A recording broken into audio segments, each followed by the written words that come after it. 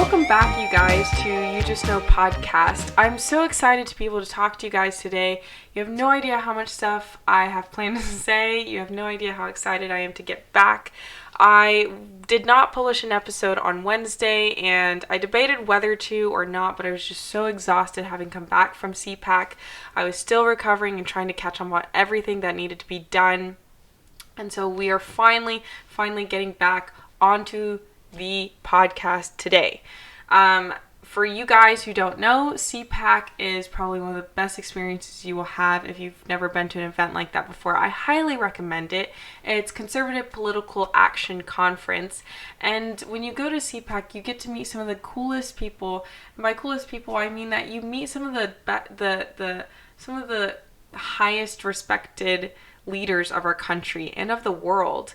You get to meet people like Nigel Farage or people like even Donald Trump Jr. And, I didn't meet some of these people, but the fact is they're all there. They're all milling around. There's so many people who share the same ideas, same values. And best of all is you're surrounded by a couple thousand different patriots. And I just think that's an amazing feeling to be able to attend a conference like that and to have that sort of experience. So if you're interested at all in going to CPAC in 2021, wow, can't believe I'm saying that. But if you're interested in going to that, you should definitely look into it. I highly recommend it for anyone. All right, on to the podcast. We're going to talk about a lot of things today. And, well, not really a lot of things, I guess, just in depth. I have, three things that I think I might try to talk about, but we might only get to two of them depending on how long I decide to ramble. First, the main two things that I want to talk about today is we're going to talk about a little bit about the presidential race, and we're also going to talk about the coronavirus. Two things that I have actually actively avoided talking about, but I realized that I finally need to talk about the presidential race, and I told you guys that I try to avoid politics on here, mostly because I just enjoy the social aspect more. I enjoy talking about things like Taylor Swift and, the culture that we live in, the movies that we watch and how they impact us. I enjoy talking about things like the coronavirus and what's going on and trying to keep up with that news. And I think that politics is often messy. But I also said that when it's necessary, I will talk about it. And I do think it's kind of necessary and also intriguing what's going on in our country right now. It's an exciting time to be alive. It's an exciting time to be an American, whether you're on the left or the right. I can tell you for myself that when I voted, I was very satisfied in voting, and I was very happy that I got to vote. And I know that a lot of my generation felt the same way, whether they're on the left or they're on the right, whether they support Trump or they support Bernie, which I have lots of problems with, obviously. But the point is, we live in just such an exciting time. And it's exciting to be able to vote as a young millennial/Gen Z person. So that being said, why don't we go ahead and jump into it and talk about all the things that we need to talk about with the presidential race. So I'm going to tell you guys a lot of things you guys probably already know, but obviously Elizabeth Warren dropped out of the race. Pete Buttigieg has dropped out of the race and now endorses Joe Biden, as well as Mike Bloomberg, who endorsed Joe Biden and said that he thought Joe Biden was the most likely candidate to win the primary. Amy Klobuchar dropped out, and she was irrelevant anyways, but I'm not even going to comment on her. She dropped out of the race. What's interesting to me is that Tulsi Gabbard is still running. Like, has anyone been talking about Tulsi Gabbard? No, because she's kind of irrelevant. And I'm not trying to say this in a bad way, because she's probably actually my favorite Democratic candidate. I guess a couple different people I know compared her kind of to Andrew Yang. She has that very likable personality. She's very charming. She's very down to earth, it seems. She kind of wants to have that one-on-one interaction and be able to communicate directly to her constituents, and to be able to just have those conversations. And I think that's great in a candidate. And I think it makes them very likable, and it makes people feel like, these people are real. This politician is real. They're a real person. But the fact is, she chose to opt out of debating in some of the debates and chose instead to campaign. And I don't know where she thinks that's going to get her, because nobody's really talking about her at the moment. She hasn't reached the threshold to be able to debate. And now people are really only talking about Biden and Bernie. Literally no one cares about Tulsi Gabbard. And I'm saying that in the most respectful way possible, obviously, because I like Tulsi Gabbard. I mean, I disagree with her. I think she's crazy on some of her policies. But as a Democratic candidate, I think she's great. However, she's literally not really following the I guess, traditional way of going about things if you're running for president. She's choosing to do this, I guess, lone campaign trail, if you want to call it that, which I just think is really interesting. And I'm kind of interested to see where it's going to get her, because I have a feeling it's nowhere, but I kind of wonder why she's in the race still, and why she has said that she's going to continue running until the Democratic convention, apparently. Like, I'm not really sure what her point is in trying to do all of this. So, anyways, according to CNN, she's still running, and I guess we'll see where that takes her, which is probably literally nowhere. Moving on, this is an interesting turn of events.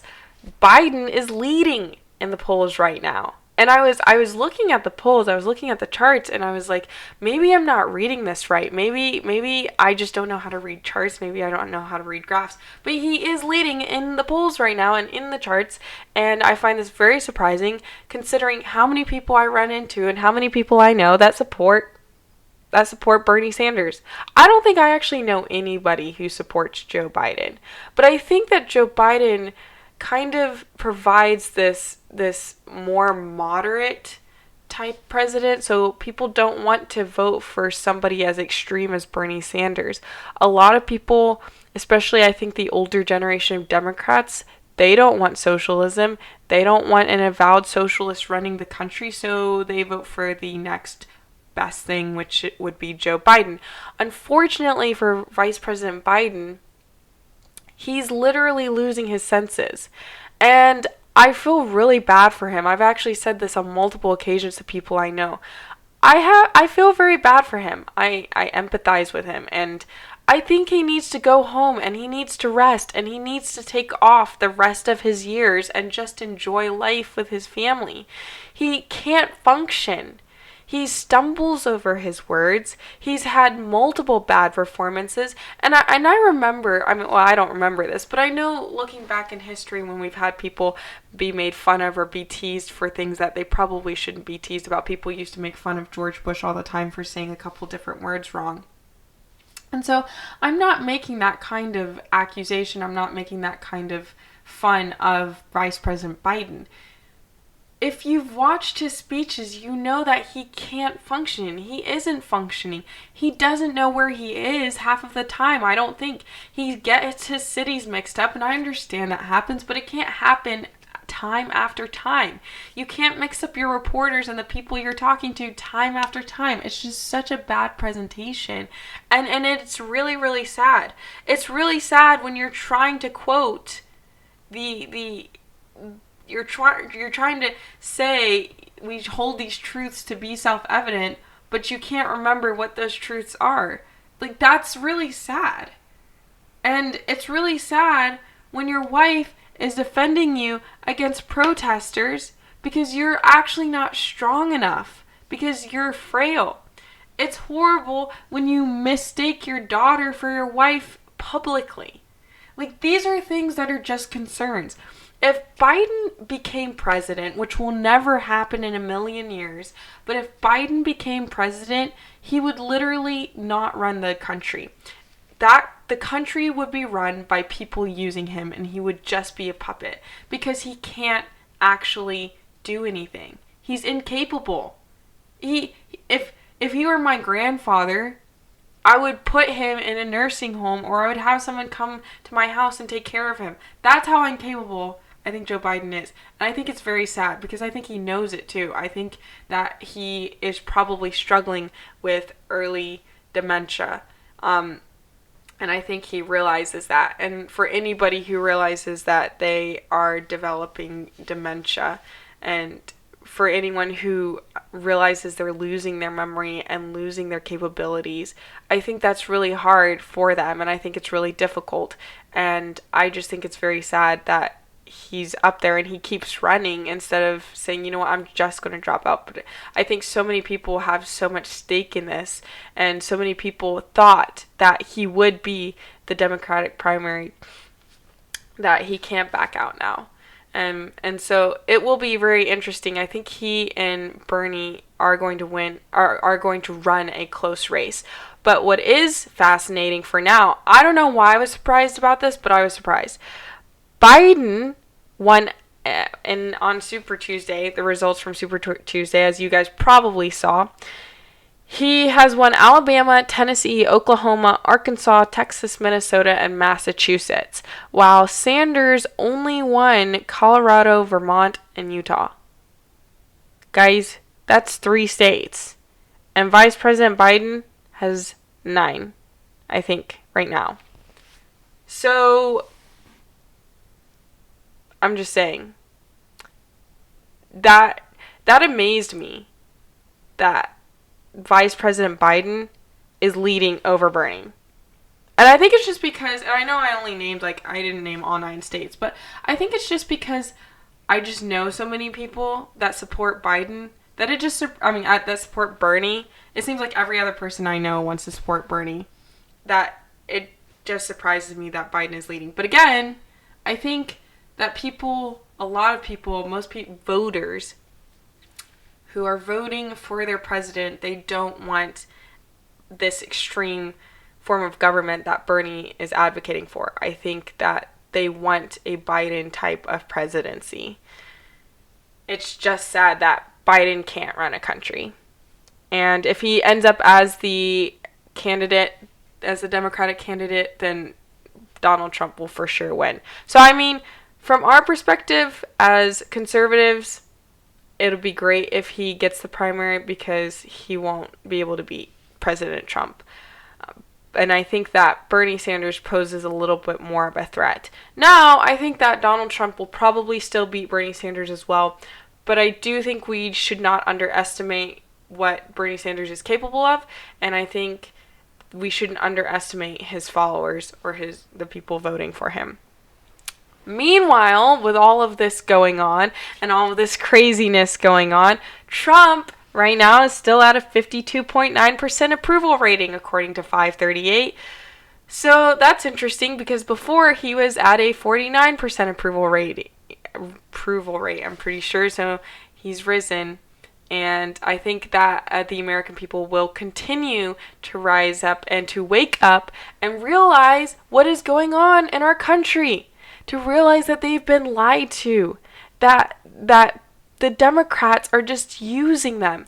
And this is why I'm so thankful for people like Candace Owens, who's running Brexit right now. I'm so thankful for people like Charlie Kirk. I'm so thankful for people like Michael Knowles or Ted Cruz or even Donald Trump Jr. I'm so thankful for those younger leaders who are traveling around our country and helping to educate my generation, to say, wake up.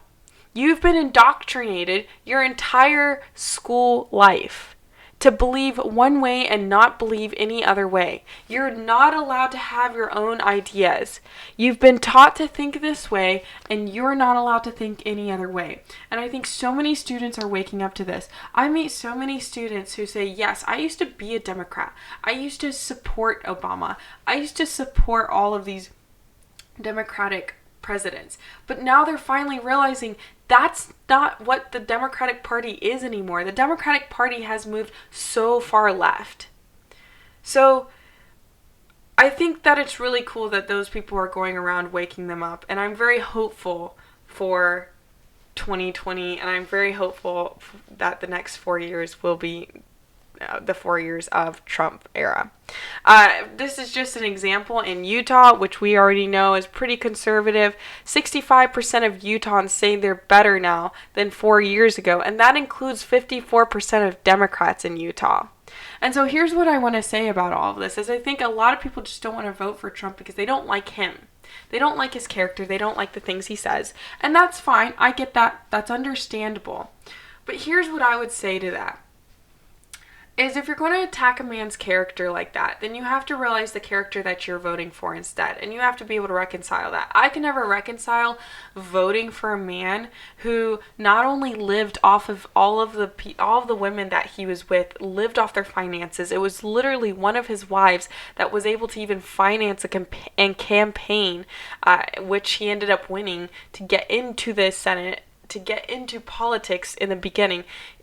He didn't have a job until he was in his 40s, or until maybe he was 40. Maybe that's what it was.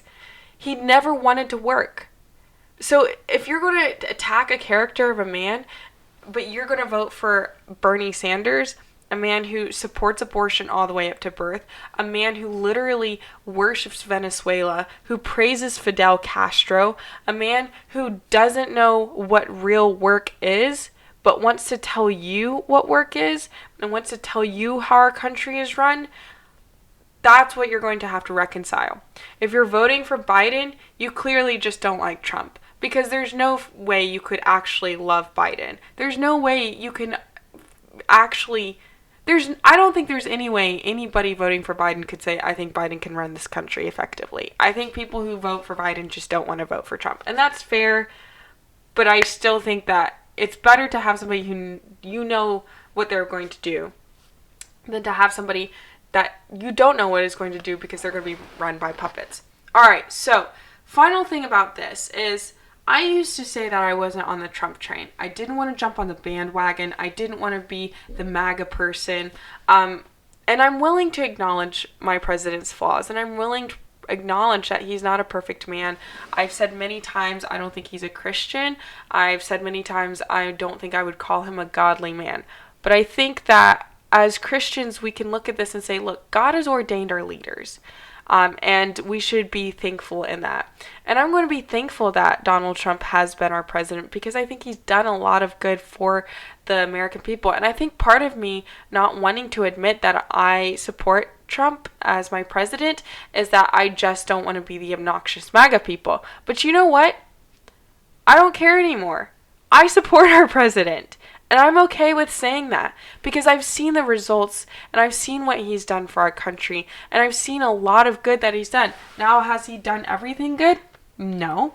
There are things that he could do that I would appreciate.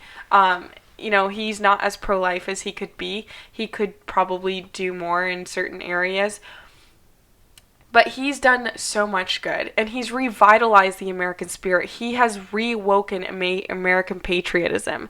And I want to touch on that because according to the Morning Consult, consumer confidence since President Trump became president increased. People are seeing their personal finances go up. They're happy. What's interesting is that if you watch videos from, like, for example, Prager University or Benny Johnson or any of these people go around, they ask, do you value American patriotism? It's really sad that a lot of people don't value patriotism now. And so this is from a July 2019 Gallup poll, in which they reported that 45% of Republicans are extremely proud to be American, 22% of Democrats are proud to be American. And apparently this is an all-time low. 76% of conservatives are proud to be American, while 38% of moderates are proud to be American, and 21% of liberals are proud to be American. Our patriotism has suffered, and I think that President Trump has helped revitalize some of that. During President Obama's presidency, from 2013 to 2016, the Democratic American pride, that extreme pride in being an American, decreased 9%. How is it when during a presidency, the first black president of the United States, American patriotism decreases? I think that President Obama was a contributing factor to this, because he was constantly criticizing America. He was constantly talking about how bad of a country we were. And so people lost their patriotism. But Donald Trump is a patriot. He's always talking about it. He's always encouraging it and always talking about how we are the best country in the world, which is objectively true. And there has been more of a protectionism attitude and more of this idea that America is sort of the light on the hill type country in the world. And he's reawoken the American spirit. And for that, I'm thankful. And I think that it is great that we can finally, as Americans, be able to start to feel that spirit, to feel that fire, and to be proud again, and to say, you know what? I am an American. I'm proud to be that way. And what I think is really interesting is that even when Obama was president, Republicans were still patriotic. We've not changed. And this is what I find so fascinating, is that Republicans, conservatives, we haven't changed our values all that much. If anything, we might become a little bit more liberal, but we haven't changed. Whereas while we're still patriotic, while we still embrace patriotism, the left has continued to go further and farther anti-American to become more and more unpatriotic, which I think says a lot about the Democratic Party. As much as I would like to just forget about Republican and Democrats and talk about left and right and talk about leftism and conservatism, it's true that the Democratic Party has completely embraced leftism and to completely embrace anti-American ideals. Just look at AOC. Just look at Ilhan Omar. Just look at these leaders, Nancy Pelosi, who are leading the Democratic Party. They literally can't stand so much of what America stands for. And they want to change that. They want to change that with things like the New Forward Act. They want to change the structure of America. And I think Bernie is the same way. And so I want to remind you that if you are a conservative, then remember that we've always been here and we've always loved America and we will always continue to fight for our liberties, even if there's someone in power who doesn't fight for our liberties. So that is pretty much all I have to say on that. I've spent a good 20 minutes on that, and I want to move on for that because we don't have a ton of time left. We're going to talk about the coronavirus now, the other topic that I chose to avoid simply because everybody else was talking about it, and so I didn't want to just add nothing to the conversation. But I thought I would just give a brief report on it and talk about my opinion. So according to Worldometer, there are currently 98,429 cases right now. 3,000 people have died. I think we should talk about this because the media acts like thousands and thousands of people have died. Now, not to say that the 3,000 people that have died is not significant, because that's definitely significant. I think it's 3,000 people over 77 different countries. But guess what? 55,641 people have recovered. And the media doesn't talk about that. And I'm so sick of the media always talking about the coronavirus, because the fact is, we're dealing with it. We're taking care of it. And the sad part is, it's mostly older people and people with a weaker immune system who really react to the coronavirus in a terrible way. But instead of reporting good news and facts, the media is continuing to be just sensational and try to scare everybody. Right now, we have 39,000 people who are currently infected in the world. In Florida, there have been cases that have been on a rise, but those residents aren't actually there. We had a case discovered in Tennessee, maybe it was a couple cases here, but those people are being quarantined, and everybody has pretty much recovered, especially in America, where we have the technology and where we take care of our patients. Here's the problem. It's just like a flu, maybe mixed with a little bit of pneumonia, is what the coronavirus is. The problem isn't it that it's so deadly. The problem this whole thing got started is because the Chinese government chose to hide it and not tell anybody about it. And the person who did know about it and tried to tell anybody, he was actually forced to write a statement saying he lied and was spreading false information. Then he got coronavirus and it killed him. And he was trying to warn other people about it, but the Chinese government didn't want to admit weakness. Let me tell you a little bit about President Xi. My mother keeps it with Chinese news. I don't usually read Chinese news, so this is coming directly from my mother to you. My mother to me, then to you. My mother is reading Chinese news, and she read that President Xi was advised by his advisors to go to Wuhan, and they told him, this is going to be great PR, you have to do this, so you're the president of the people, so that you're respected, which is what President Xi wants. because everybody's basically forced to look at him as God. So they said, go to Wuhan, show that you care. And you know what he said? My role to the country is too critical, and I cannot go to Wuhan because I'm the president, and my role is too critical to this country. So instead, he sent his right-hand man. Contrast that with our patriotic president, Donald Trump, who is going to come to Nashville, Tennessee, actually tomorrow, and by the time you guys hear this, it'll be, I guess, yesterday, to assess the tornado damages that happened in Nashville, Tennessee.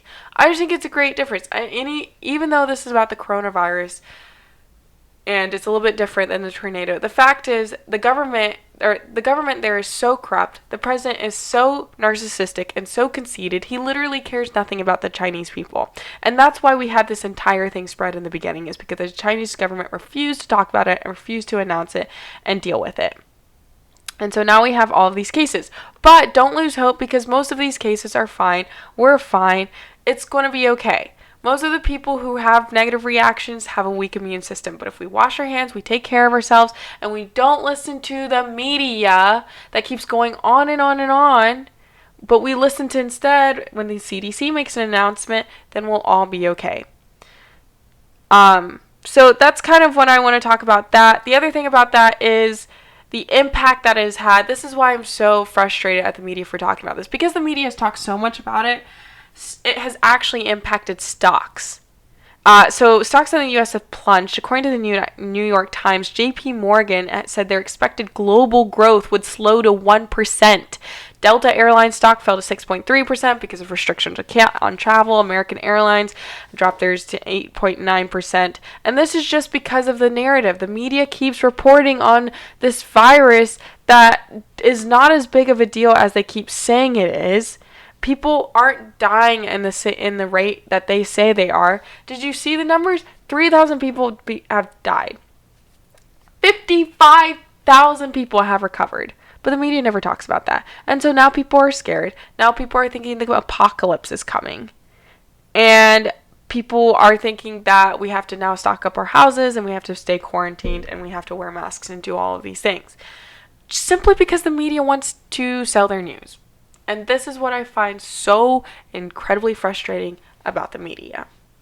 So, the government in China, they wanted to exert control, and this is the whole reason this is happening. And this is, I think, a great example of why communism and socialism is a horrible idea, because the government has all the control, the people don't have a choice. And also, in China, the reason so many people died even was because the government would only help people who would be more likely to get better. So, for example, if I was a young person and my older mother contracted coronavirus, they would be less likely to take her because she's older.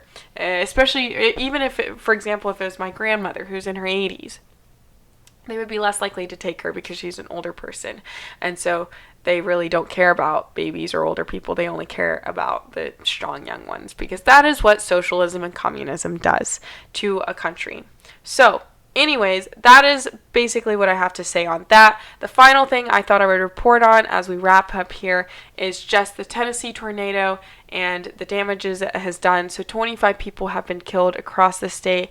I live near Nashville, and I have yet been to Nashville to see the damages, but I've seen lots of pictures. I'm planning to go there in just a couple of days, and it's very sad what has happened. And it kind of reminds me of the 2008 tornado that went through here. It was really scary, and in that particular tornado, it was just houses just down the street from me that were demolished. And so there's lots of people suffering. There were 8 tornadoes that wrecked this state, apparently. But the good thing is that communities have come together, and this is the beauty of devastation, is that you have, especially in the South, I don't know what it's like in the North, but you have so many people coming together to try to help one another. You have charities, you have churches who are taking donations, who are feeding people, clothing people. You have people coming in from out of town to help as much as they can, and that is just the beauty of devastation. My favorite story to come out of this is that there was a story of a couple who've been married for 58 years, and they died side by side in the tornado. And I just think that's a really sad, but it's a really sweet story as well, because it just showed that they got to be together towards the end, and they were married for that long, and I just think that's a beautiful ending to a marriage, as sad as it is. They got to basically pass away together. So, alright, so because of all of those things and all of the craziness in the world, I realize I kind of missed doing this on the past couple of episodes, so I'm doing it now. But anyways, we are going to talk about something hopeful really quickly. So, I read this on the news, and basically, this 8-year-old was left without I guess her dad couldn't attend the school's daddy-daughter dance, and so she was left without an escort, but a security guard stepped in. This is from Good News Network. A.V. Cox, now a second grader, has always been eager to attend the annual daddy-daughter dance with her friends, but it was her father passed away. Sorry, I couldn't remember real quick. Her father passed away over the holidays. And so she just assumed she would not be able to go to the dance. But when a Van Buren school resource officer, Nick Harvey, heard that Avi did not have an escort, he sought permission to be her date. So he reached out to her mom, and he formally asked her if he could be her date to the dance. So I just think that's really sweet. I think it's really sweet that the officer did that, and it reminds us that there are still good people in the world that are willing to help other people, and that's just such a beautiful thing. Alright, well, that is all I have for you guys today. I am right at time, so we are good to go. Remember, if you haven't yet, go follow me on social media. I am on Instagram at RealDanielleMcInturf, and also on Facebook as well at Danielle McInturf.